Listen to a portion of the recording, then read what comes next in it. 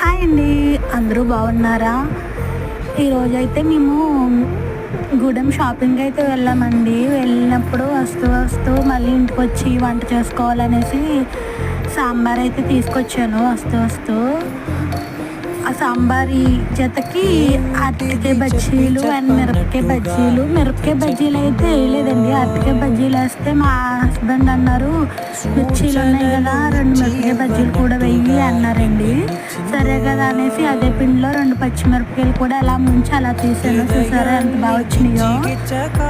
మీరు ఎప్పుడైనా సాంబార్లో అరటికాయ బజ్జీలు మిరపకాయ బజ్జీలు కాంబినేషన్ ఎప్పుడైనా తిన్నారా? ఒకవేళ తినకపోతే ఒకసారి ట్రై చేయండి, అసలు సూపర్గా ఉంటుందండి నిజంగా.